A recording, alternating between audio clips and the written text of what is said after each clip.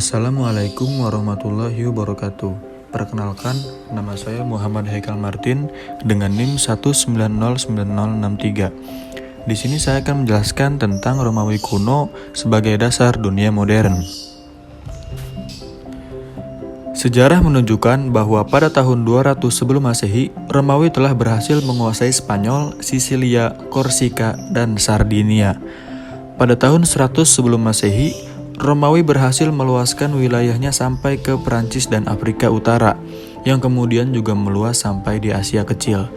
Penaklukan-penaklukan ini dilakukan dengan peperangan yang didukung oleh organisasi yang rapi dan pasukan perang yang profesional.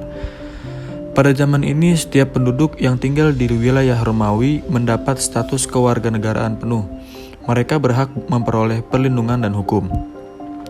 Mereka juga berhak menjadi pegawai pemerintah dan anggota senat. Pada periode ini, peradaban Romawi mencapai puncak kejayaan. Mereka mengembangkan seni arsitektur, membangun jalan-jalan, jembatan-jembatan di atas sungai yang besar, jaringan air minum, dan Colosseum dengan ribuan tempat duduk yang digunakan juga untuk pertunjukan gladiator.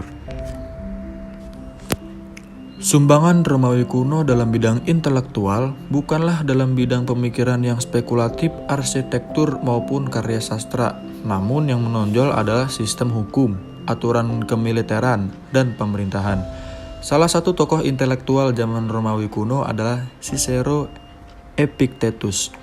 Ia banyak terlibat dalam politik praktis, namun masih memiliki waktu untuk berpikir yang membuahkan karya yang mengembangkan teori Stoik atau sering disebut Stoicisme. Ada pula yang menyebut dan mengaitkan dengan hukum alam atau kosmopolitan. Yang terpenting dari pendapatnya ialah bahwa alam ini sebenarnya dikuasai oleh hukum-hukum rasional. Manusia yang berakal budi tentu mampu menemukan hukum-hukum alam yang menjadi pendorong penemuan-penemuan ilmu pengetahuan alam. Ilmu alam bersifat universal, sehingga semua umat manusia adalah warga negara alam semesta. Umat manusia dipandang sebagai persekemakmuran atau commonwealth. Dari hak-hak alam inilah didapatkan sistem demokrasi oleh rakyat. Hukum alam ini didukung pula oleh Yunani. Sistem kosmopolitanisme yang dianut Romawi menimbulkan masalah besar karena pemerintah harus membentuk sistem keamanan dan pasukan yang sangat banyak. Hal ini menyangkut bagaimana caranya memiliki pasukan yang sangat banyak, kuat, dan bagaimana mengintegrasikan politik untuk dapat mempertahankan seluruh wilayah Romawi.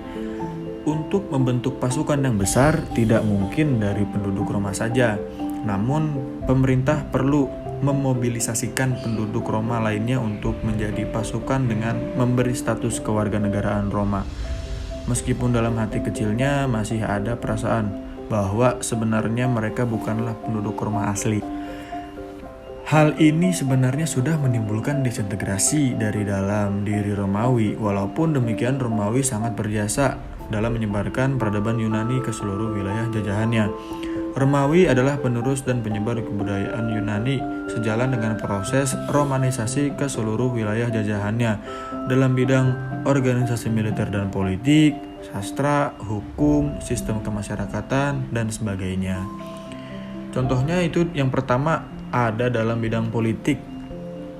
Romanisasi mempunyai arti pembentukan imperium. Hampir seluruh Eropa terbentang dari Laut Tengah sebelah selatan sampai Inggris sebelah utara. Yang kedua, dalam bidang kebudayaan. Warisan-warisan ilmu pengetahuan, filsafat, kesenian, kesusastraan Yunani diwariskan dan dikembangkan oleh Romawi. Sekolah-sekolah Roma dan privat mewajibkan muridnya untuk mempelajari karya-karya Herodotus, Plato, dan sebagainya. Oleh karena itu, Romawi sering disebut sebagai perantara kebudayaan klasik Eropa dan telah mengembangkan kebudayaan Barat di atas landasan kebudayaan Yunani. Hal ini bisa terwujud karena yang pertama, peradaban Romawi didukung oleh kekuatan militer dan politik yang kuat. Yang kedua, penghargaan yang tinggi terhadap ilmu pengetahuan alam melalui guru-guru dengan membangun perpustakaan, membaca dan melestarikan berbagai karya sastra, dan mendirikan sekolah-sekolah. Yang ketiga, pemerintah Romawi memberi kebebasan kepada seluruh agama maupun kepercayaan yang ada. Kebebasan ini termasuk kebebasan untuk arti agama.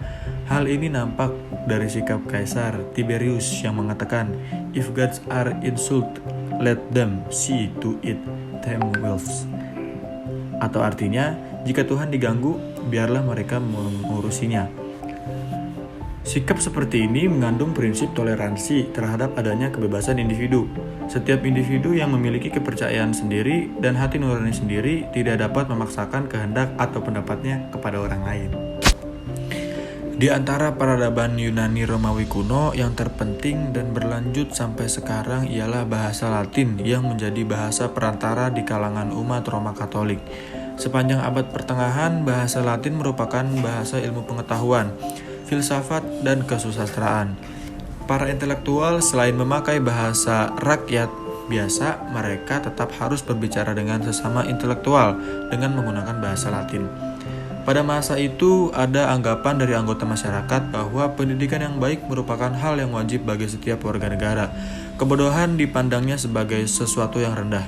Anak laki-laki usia 6 tahun harus sudah diajarkan bahasa Yunani sebagai persiapan agar mereka mampu mengapresiasikan keagungan kesusastraan Yunani. Anak-anak dilatih mengarang dalam bahasa Yunani dan membaca karya-karya sastra klasik Yunani dan menghafal syair Homerus. Pada usia 14 tahun, anak-anak dilatih berpidato. Mereka diperkenalkan kepada para orator, penulis prosa, dan para filosof.